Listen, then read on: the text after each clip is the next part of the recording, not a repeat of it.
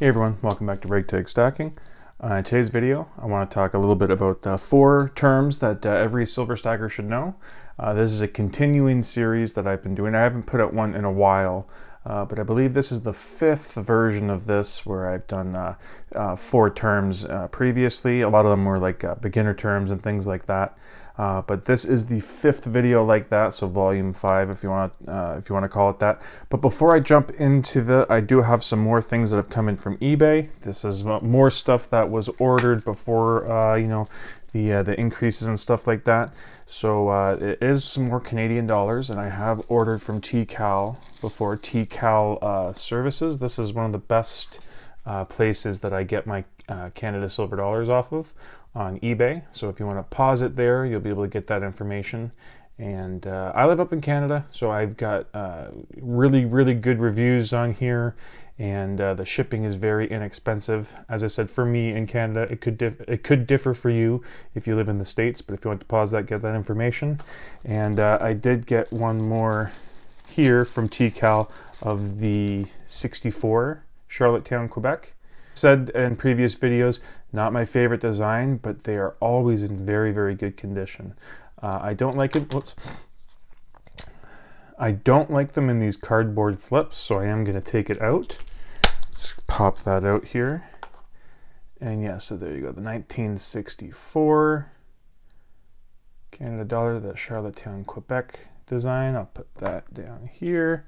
And another thing that came in, 3 more of the Charlottetown. So I'm just going to cut these open to get them out easier. And let's see. All right, that was a hassle. I got one out. Fighting with this. Okay, 2. And finally to get this 3rd one out of its packaging here. All right, I'm dumb and stupid, and that took a lot longer than it should have.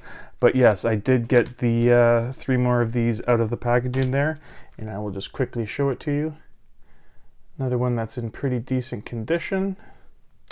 Put that there. Now these other ones are not, the shiniest or in the best of condition like some of these ones here. But I don't care. I'm not getting these, thinking I'm going to get them graded or something like that. These are just regular old circulated dollars. And again, with it not being my favorite design, it's not going to stop me from getting them at a good price. And even the one that I like the least is still a pretty nice design. So yes, I have 8 now of these Charlottetown, Quebec silver dollars, and that's second behind the Canada Goose for the most alternate design ones that I have. And of course, the regular version, the Voyager design, I have the most out of all the Canadian silver dollars. But for the alternate designs, it's the Goose first, and then the Quebec one second with 8 now. I'm going to jump into today's video and start off with the first term that every silver stacker should know. And of course, unfortunately, it's a way of life, and you have to deal with it when you're stacking silver. It's milk spots. And you can see that there. And this one really gets at me because it is my favorite coin. This one just came out this year. It's a 2021 Britannia. And I love the new design that they put on here. I love the new security features and everything.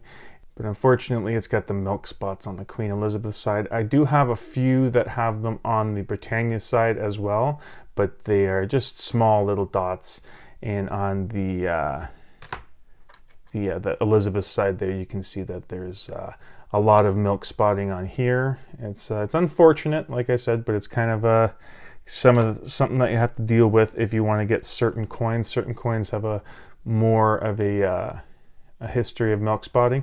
And the reason why they milk spot, it's actually, I believe it's like a detergent that is supposed to be cleaned off the coin completely before it goes back into the furnace for another whatever it needs to do in the process of minting and everything like that. What is supposed to happen is all this detergent is supposed to be cleaned off, and then it goes into the furnace for another heating or whatever it is.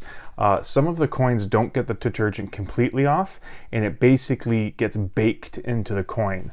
So it's kind of like a ticking time bomb. You don't know when these milk spots are going to show up.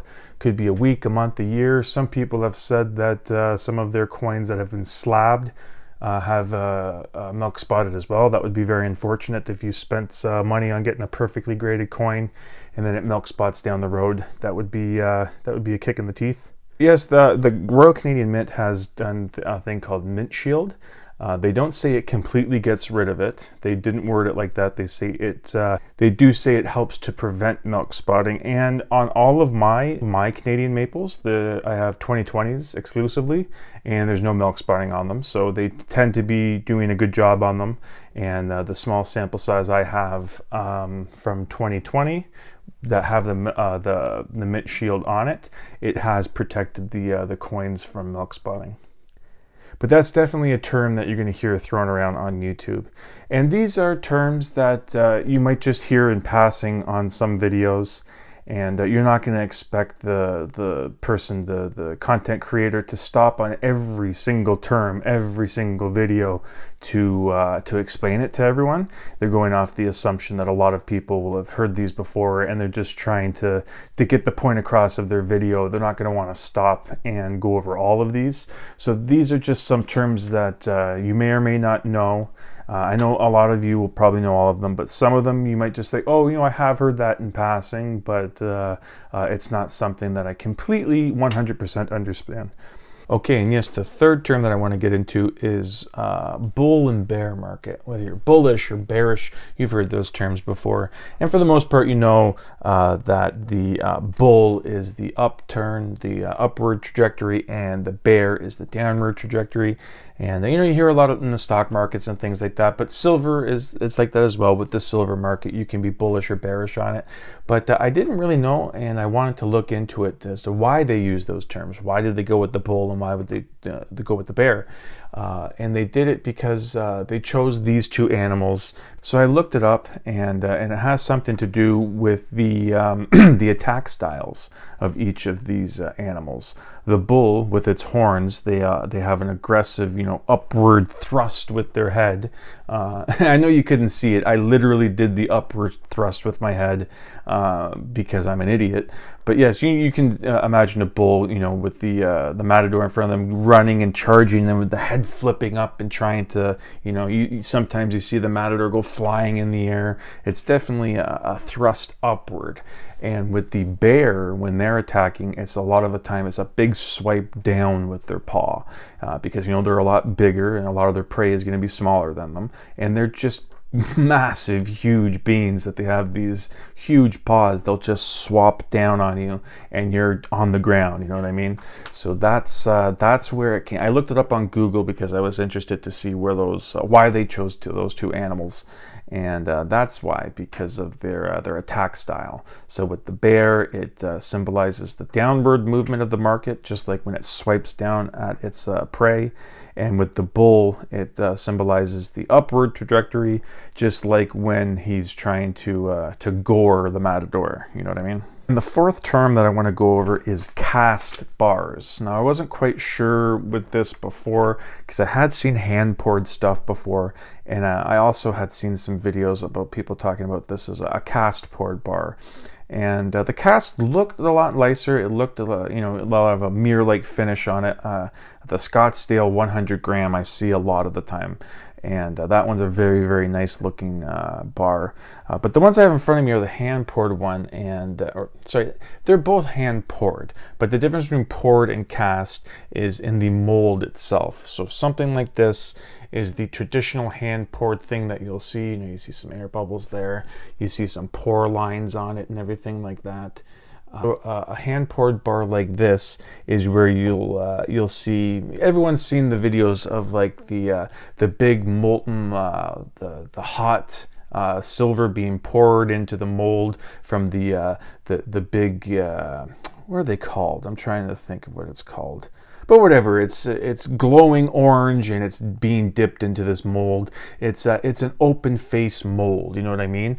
It has the four walls and it's deep, but it's open up top. So they pour everything in there, and then it solidifies and it hardens, and you can see the silver on top of it. With a cast bar, the mold itself is completely enclosed. There's no opening top that you can see there. And there's just like a little, I don't have a cast bar, unfortunately, so I'm just gonna do it like this. You'll usually see it like on the bottoms. I wish I had a cast bar to show you, but you'll see there's just a little spot where the hot silver flows into the mold. So it's not that open face like you see on a lot of the hand poured stuff. This is a completely enclosed mold, and that's how the bar gets there. And I think that's why you don't see the pore lines on there. You don't see a lot of the air bubbles. And with it being completely enclosed while it's solidifying and hardening, it's not being exposed to the elements in the air like these ones are. So I'm sure that affects the way that it sets and solidifies and hardens. But yeah, I do like the look of both of them. I don't have many, as you see. I just have a couple of these hand poured ones, and a Monarch Precious Metals one hanging around somewhere, but I don't have any of the cast bars. And I was a little confused when I heard that, because I was getting the cast bars confused with the press bars. And obviously the press bars are just those, I got one here, is just like the regular old looking bar. This would be a press bar. And you know what I mean? It's not cast, it's not hand poured. But I do like the look of the hand poured stuff. It's just a lot of the time it's sold out for where I'm buying, and sometimes it carries a higher premium. Not all the time, but on some bars they do. Hey everyone, sorry about this. I had some technical difficulties. That's what you saw in the video. I kept saying the third term and then fourth term, but then I had to put titles second term and third term up. I use a lavalier mic, and it came undone halfway through when I was talking about the second term, and kind of sounded like I was underwater, so I needed to come back and re-record. And I saw, obviously, I clipped the mic back on to finish the rest of the video, and I thought to myself, make sure you don't put the silver away, because you might have to re-record it. But of course I put the silver away. That's why there's just 2 coins here. I didn't want to put all of the silver back out. But instead of this being the second term, it's now the fourth and final term.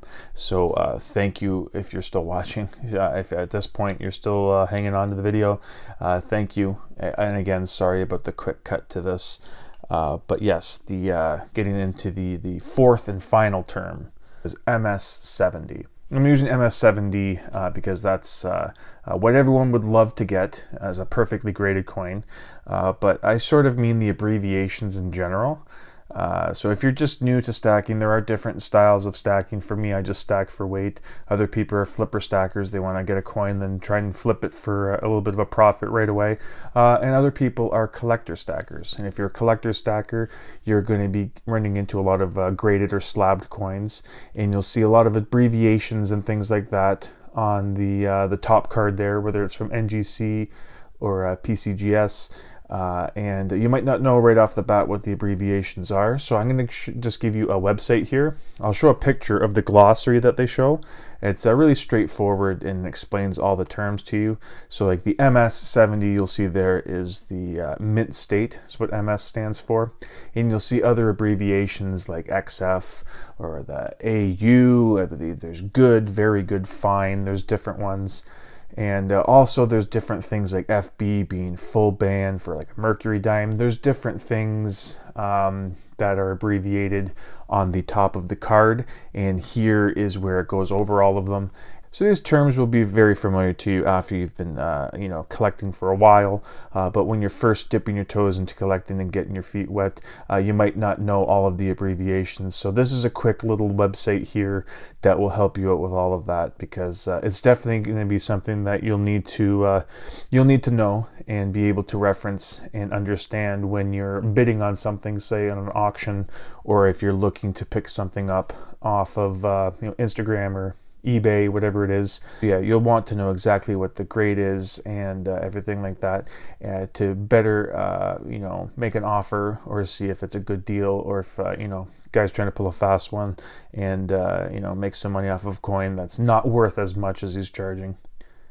But again, sorry about the mix up here with the audio. I just wanted to shoehorn this number 2 in because on the original one, half of the time when I was talking, you could kind of barely hear what I was saying. So sorry about the quick edit to this, and it's going to go back to the original.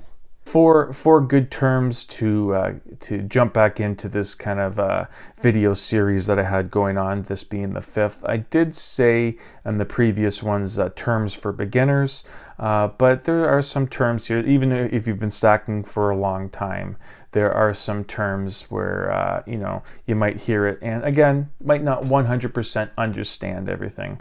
So for the most part, I'm sure a lot of you guys have heard these terms before and probably knew all of them already, but I have gotten some interesting feedback before in the comments of people that have been stacking for a while and saying, oh, I didn't exactly know what luster meant. That was one of the things that I used before. And you know what I mean? Just something that would pop out, you hear in videos here and there. But like I said, they're not always explained, or they're just touched on in the video. And you might hear it and say, oh, I kind of have an idea what that is, but not 100%.